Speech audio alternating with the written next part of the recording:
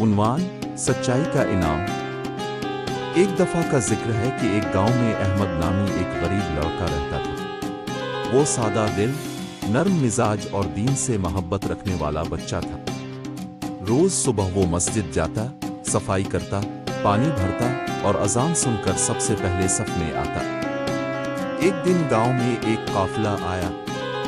قافلے کے سردار نے اعلان کیا، جو بچہ سب سے اچھا کام کرے گا اسے انعام دیا جائے گا۔ یہ سنتے ہی سب بچے خوش ہو گئے اور اپنی تیاریوں میں لگ گئے۔ کچھ بچوں نے نیک کام کیے، لیکن کچھ نے جھوٹ بولنے کی پلاننگ کی۔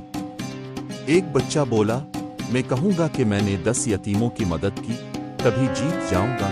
بہت سے بچے جھوٹے دعوے بنانے لگے۔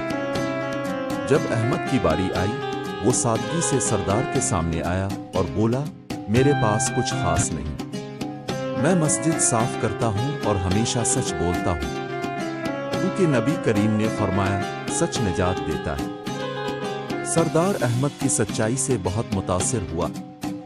اس نے کہا، یہی بچہ انعام کا اصل حقدار ہے۔ احمد کو انعام کے ساتھ دینی تعلیم کے لیے وظیفہ بھی دیا گیا۔ وقت گزرا، احمد نے علم حاصل کیا اور ایک بڑا عالم بن گیا۔